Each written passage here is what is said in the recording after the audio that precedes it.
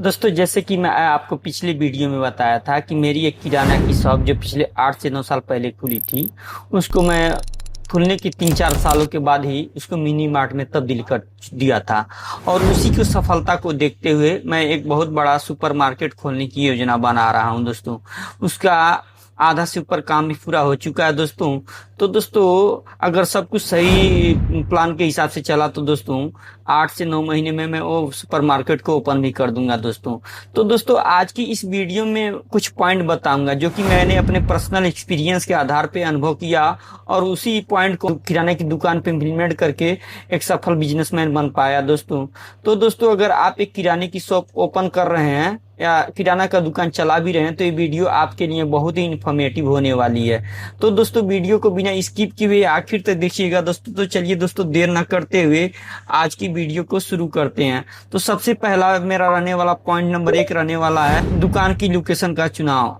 तो दोस्तों, कोई भी बिजनेस लोकेशन बहुत मायने रखता है उसकी सफलता और असफलता के लिए। तो दोस्तों, अगर आप बिजनेस किराने की दुकान भले ही खोल रहे हैं तो आपका सही लोकेशन होना बहुत जरूरी है, भले ही आप गांव में क्यों ना खोलें। तो दोस्तों, कहने का मतलब है कि एक गांव में एक रोड हो, एक सड़क होता है या रोड कहें जो भी बोल सकते हैं दोस्तों, उससे होकर पूरे गांव के लोग शहर या गांव का मेन रोड होता है दोस्तों, उससे जाते आते जाते हैं। अगर आपका मेन रोड पे दुकान होगा तो उसके चलने की चांसेस ज्यादा हैं दोस्तों। अगर आप गली में खोले तो गांव में बहुत गली मोहल्ले होते हैं दोस्तों, तो उसमें आप खोल रहे हैं उससे बेहतर है कि आप गाँव के मेन रोड पे खोलें, जिससे आपके दुकान के चलने के चांसेस काफी बढ़ जाएंगे दोस्तों। तो एक सही लोकेशन आपके दुकान का सेल 25 से 30% इंक्रीज कर सकता है दोस्तों। अब बात करते हैं सेकंड पॉइंट की। तो दोस्तों, ये रहने वाला जरूरत के सारे सामान आपके दुकान पे उपलब्ध हो। तो दोस्तों, कोई भी ग्राहक अगर आपके दुकान पे आता है तो वो कोशिश करें कि वो ग्राहक आपके दुकान से खाली हाथ न जाए। कोई ये दुकान अगर 10 सामान का लिस्ट लेके आता है, अगर आपके दुकान पे उपलब्ध न हो तो उसे प्रॉमिस कीजिए कि आपको कल वो सामान मैं आपको डिलीवर कर दूंगा। उससे ग्राहक के दिमाग में आपके दुकान की इमेज अच्छी होगी दोस्तों। नेक्स्ट टाइम सामान को डिलीवर कीजिए दोस्तों। कोशिश करें कि कोई जो सामान नहीं है उसका लिस्ट बनाएं और नेक्स्ट टाइम आपके दुकान पे उपलब्ध हो, भले ही कम क्वांटिटी में क्यों ना हो। जिससे मान लीजिए, मैं समझता हूँ गांव में कुछ परेशानियां आती हैं कि कुछ आइटम ज्यादा बिकते हैं, कुछ आइटम कम बिकते हैं। तो जो कम बिकते हैं भले ही उसकी क्वांटिटी कम खरीदारी करें, लेकिन वो आपके दुकान पे उपलब्ध होनी चाहिए। तो आप कोशिश करें उसे भले ही कम क्वांटिटी में रखें, लेकिन रखें अपने दुकान पे दोस्तों। अब बात करते हैं इस नेक्स्ट पॉइंट की। तो दोस्तों, ये रहने वाला स्टॉक और साफ सफाई, ये बहुत अच्छा पॉइंट रहने वाला है। कोशिश करें कि आपका दुकान एकदम ऑर्गेनाइज वे में हो और सब प्रॉपर साफ सफाई हो। गांव में बहुत से लोग गुमती मॉडल दुकान खोलते हैं, गुमती में खोलते हैं दोस्तों, जिससे उनका दुकान बहुत छोटा और एकदम ओल्ड टाइप फैशन टाइप दिख रहा है दोस्तों। इससे कस्टमर के माइंड में आपके दुकान के प्रति कोई अच्छा गुडविल नहीं बनता है। तो आप कोशिश करें कि अगर आप प्रेजेंट टाइम में खोल रहे हैं तो अपनी दुकान का प्रॉपर मॉडर्न टाइप तरीके से खोलें, रैक अच्छे से लगवाएं, दुकान पे बाहर बोर्ड भी लगवाएं, जिससे लगे कि हाँ ये प्रॉपर दुकान है दोस्तों। और स्टॉक की साफ सफाई अच्छे से करते रहें, कोई एक्सपायर माल कस्टमर को न दें। तो दोस्तों, और इसमें एक पॉइंट और जोड़ सकते हैं दोस्तों। कुछ लोग क्या करते हैं, गांव में दुकान को खोलते हैं तो क्या करते हैं, वो शहर के अपेक्षा गांव में अपने दुकान पे जो सामान का आइटम होता है उसका प्राइस ज्यादा रखते हैं। तो आप प्राइस ज्यादा ना रखें, जिससे कस्टमर को बाहर जाने की आवश्यकता नहीं पड़ेगी। तो दोस्तों, अब बात करते हैं नेक्स्ट पॉइंट की। तो दोस्तों, नेक्स्ट पॉइंट रहने वाला है छोटे ऑफर और क्रेडिट की सुविधा उपलब्ध कराएं दोस्तों। कहने का मतलब, अगर आप अपने ही गांव में दुकान खोल रहे हैं तो आपको मालूम होगा कि आपकी दुकान पे गांव में कौन कैसा आदमी है। तो अगर आप अच्छे आदमी को उधार नहीं देंगे तो आपकी दुकान नहीं चलेगी। तो आप जिसको उधार दें, जिसको आप जानते होंगे कि हाँ ये आदमी नेक्स्ट टाइम में रिटर्न कर सकता है, तो उसे भी दें। कुछ छोटे मोटे ऑफर दे, जैसे हो सकता है कॉस्मेटिक का आइटम होते हैं उनमें ऑफर दे सकते हैं उसमें, क्योंकि उसमें प्रॉफिट मार्जिन ज्यादा होता है। तो आप उसमें डिस्काउंट करके सामान बेचें। कहने का मतलब है एमआरपी पर सामान न बेचें दोस्तों।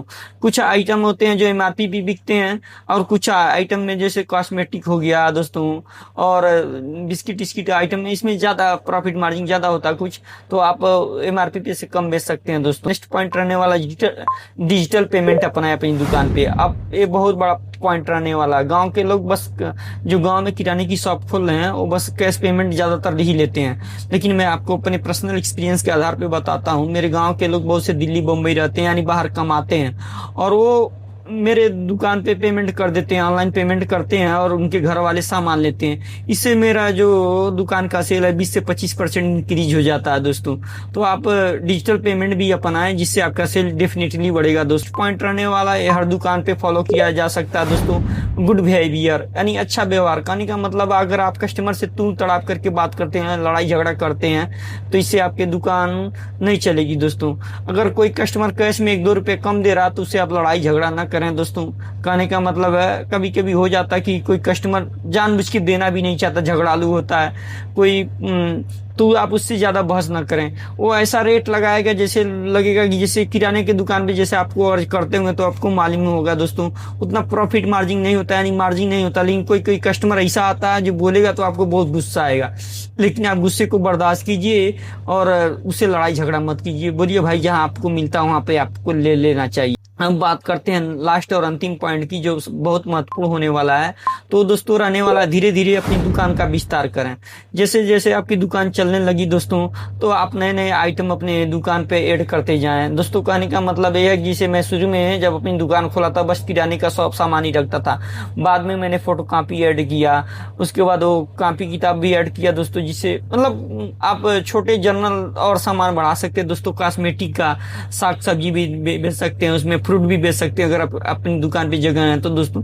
कहने का मतलब आप अपनी दुकान से जो कमा रहे हैं पैसा तो उसी में डालिए, जिससे आपका दुकान भरा दिखे और एक्सपेंडेबल हो, तो दोस्तों कस्टमर को लगे कि हाँ ये दुकान प्रॉपर वेज में दुकान है। तो दोस्तों ये कुछ से 7 से 8 पॉइंट थे दोस्तों। उम्मीद करता हूँ कि वीडियो आपको पसंद आई होगी। अगर वीडियो पसंद आई है तो प्लीज वीडियो को लाइक और कमेंट करके बताएं कि इनमें से कौन सा पॉइंट मैंने मिस किया दोस्तों। अगर आप किराने की शॉप ओपन कर रहे हैं, चला रहे हैं, तो आपको लगा होगा कि हाँ ये पॉइंट ऐड कर दिया जाए तो बहुत महत्वपूर्ण होता है। तो उम्मीद करता हूँ कि वीडियो आपको पसंद आई होगी। अगर वीडियो पसंद आई है तो वीडियो को लाइक और हमारे चैनल को जरूर सब्सक्राइब करें। मिलते हैं अगले वीडियो में। धन्यवाद दोस्तों।